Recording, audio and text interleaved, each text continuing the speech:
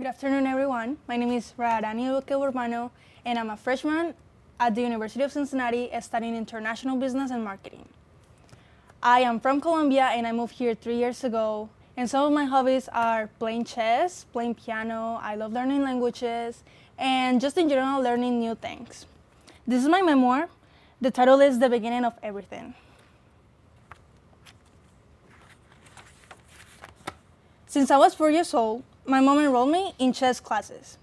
I always liked learning about that game. I found it interesting. Plus, my childhood friend was also there, so I always had someone to play with. Then I left it for a few years since the teacher I had was in very serious health, and years later, he unfortunately passed away. I entertained myself in other sports, and although I occasionally played with a man who went to my mom's restaurant, I did not play it professionally.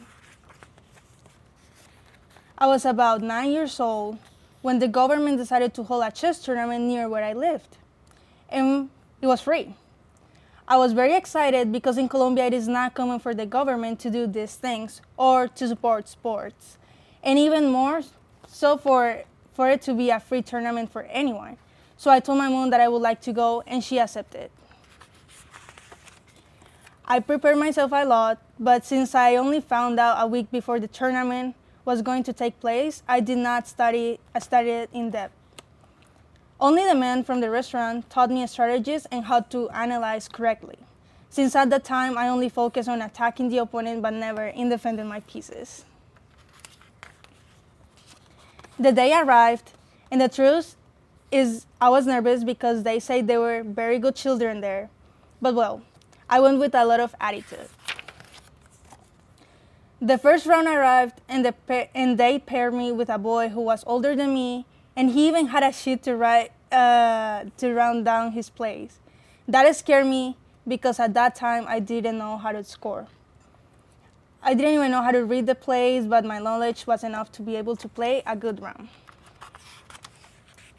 The boy started because he had the white pieces and I had the black ones. And as the game developed, I realized that I was winning by piece points. And in addition, the boy didn't have a lot of time left to think at that point. The game ended because the boy time was up, and feeling very happy, I went to tell my mother what happened.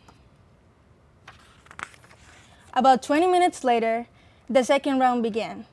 I was already very calm, so it became very easy for me to beat the boy who had played with me in that game.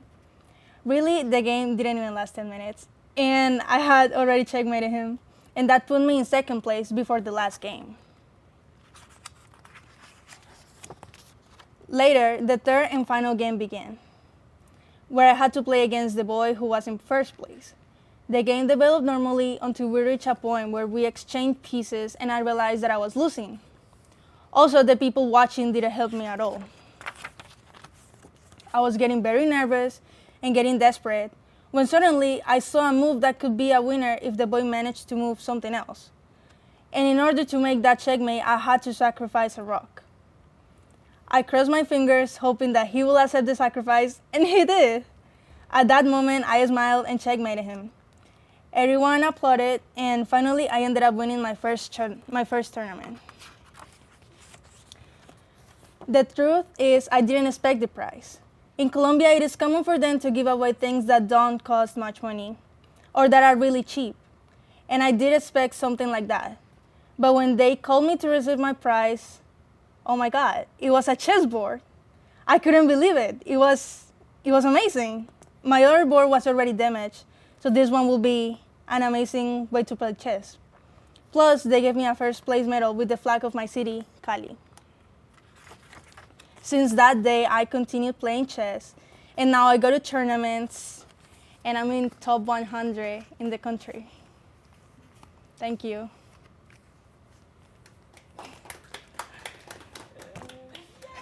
That's awesome. Thank you.